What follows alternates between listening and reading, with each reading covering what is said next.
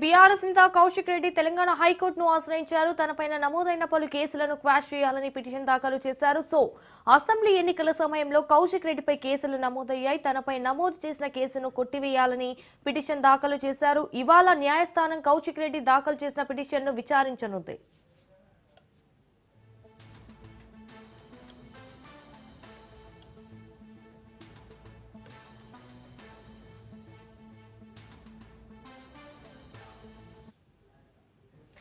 BRS నేత కౌశిక్ రెడ్డి తెలంగాణ హైకోర్టును ఆశ్రయించారు. తనపైన నమోదైన పలు కేసులను క్వాష్ చేయాలని పిటిషన్ దాఖలు చేశారు.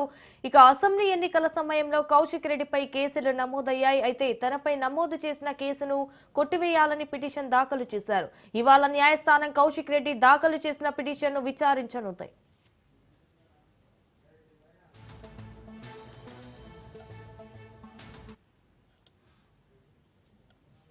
ఇదే అంశానికి సంబంధించి మరిన్ని డీటెయిల్స్ మా ప్రతినిధి పవన్ ఫోన్ ఇన్ ద్వారా అందిస్తారు. పవన్, ఇవాళ బీఆర్ఎస్ నేత కౌశిక్ రెడ్డి తెలంగాణ హైకోర్టును ఆశ్రయించారు అన్నట్టుగా తెలుస్తోంది. దీనికి సంబంధించి మీ దగ్గర ఉన్న అప్డేట్స్ ఏంటి? గత అసెంబ్లీ ఎన్నికల సమయంలో తన మీద నమోదు చేసిన కేసులన్నీ కూడా కొట్టివేయాలని చెప్పి కూడా హైకోర్టులో MLA Kaushik Reddy quash petition కూడా దాఖలు చేశారు. ఎందుకంటే ఎన్నికల సందర్భంగా తనను గెలిపించకుంటే ఆత్మహత్య చేసుకుంటానంటూ వ్యాఖ్యలు చేసిన కౌశిక్ రెడ్డి ఈ వ్యాఖ్యలపై పోలీసులకు ఫిర్యాదు చేశారు. Kamalapur nodal officer. అయితే నోడల్ ఆఫీసర్ సంబంధించిన ఫిర్యాదు కేసును నమోదు చేశారు పోలీసులు. ప్రస్తుతము ఎంపీ ఎమ్మెల్యే కోర్టులో ఈ కేసుకు సంబంధించి విచారణ కూడా కొనసాగుతుంది. ఇప్పటికే ఛార్జ్ షీట్ కూడా పోలీసులు దాఖలు చేశారు.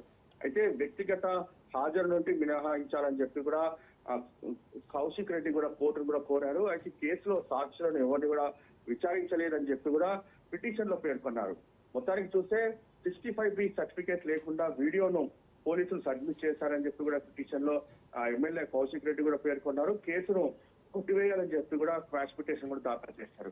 అయితే ఈ యొక్క క్వాష్ పిటిషన్ పైన కూడా హైకోర్టులో ఈ రోజు విచారణ కొనసాగుతుంది. దాని తర్వాత ఇలాంటి వాదనలు కొనసాగుతాయి. అయితే దీనికి సంబంధించి నోడల్ ఆఫీసర్ తరఫున ఎలాంటి వాదనలు కొనసాగుతాయనేది మాత్రము హైకోర్టులో వేచి చూడాల్సిన పరిస్థితి కూడా కనిపిస్తుంది. Right Pawan, thank you for the updates.